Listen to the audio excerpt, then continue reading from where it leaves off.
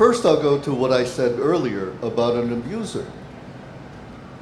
An abuser, to justify their abuse, needs to tell themselves lies about themselves, needs to tell themselves lies about the person that they abuse, needs to blame the person that they abuse for the abuse in order to justify it, needs a worldview of themselves and the place in the world, and they begin to believe this. And they are living under a sense of delusion. And that, and Jeff and I were talking about whether that delusion is a psychological illness or not. It is a sense of denial of reality.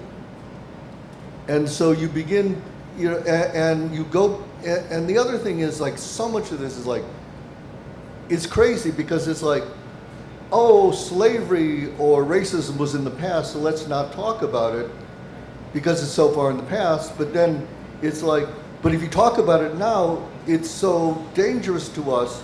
And I thought, well, it's so far in the past, it's not going to hurt you. Why is it going to hurt you now to talk about it? There's just this inherent contradiction about it. And when people say, like, if I told you Thomas Jefferson, here's a man who wrote the Declaration of Independence, instrumental in writing the Constitution, the country would not be the country without him, was a great writer, thinker, architect, inventor. But then I told you this man held 600 people in chattel slavery. He impregnated a 16-year-old girl who had no right to refuse him. This 16-year-old girl was one quarter black, so their children were 1/8 white, 1/8 black. He still kept them as slaves. He kept the mother of his children as slaves. Now, if I told you somebody was doing that down the block, you would go, that person is crazy. That person is a criminal. That person should be arrested in jail. So if you lower the moral bar in the past, it makes it much easier to lower the moral bar in the present. But also, if you don't examine the racism of the past, you can't see the racism of the present. Now, we know that black people wait longer and receive less pain medication for the same condition than white people. This happens over and over in emergency rooms all across the country. It's a studied statistical fact.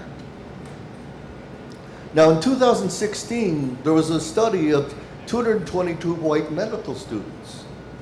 And half of those students had a belief that black people feel less physical pain than white people, often because they believe that black people have thicker skin, which is a really ironic, belief.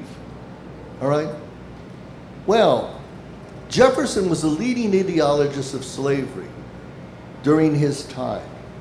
He wrote that white people were more intelligent than black people, more spiritual, more moral, and that the reason why black people were slaves was in part because they felt less physical pain than white people. So Jefferson is writing this in the 1790s, the 1800s. That idea is in half of these 222 white medical students. And they don't even realize the origins of that idea, nor do they think it's racist, right? And that's not to mention the ways implicit bias as well as explicit bias would treat these patients, but it's this belief which goes all the way back to Jefferson. But if you don't examine Jefferson's racism, if you don't examine his slavery, it's like, I don't know where this idea came from.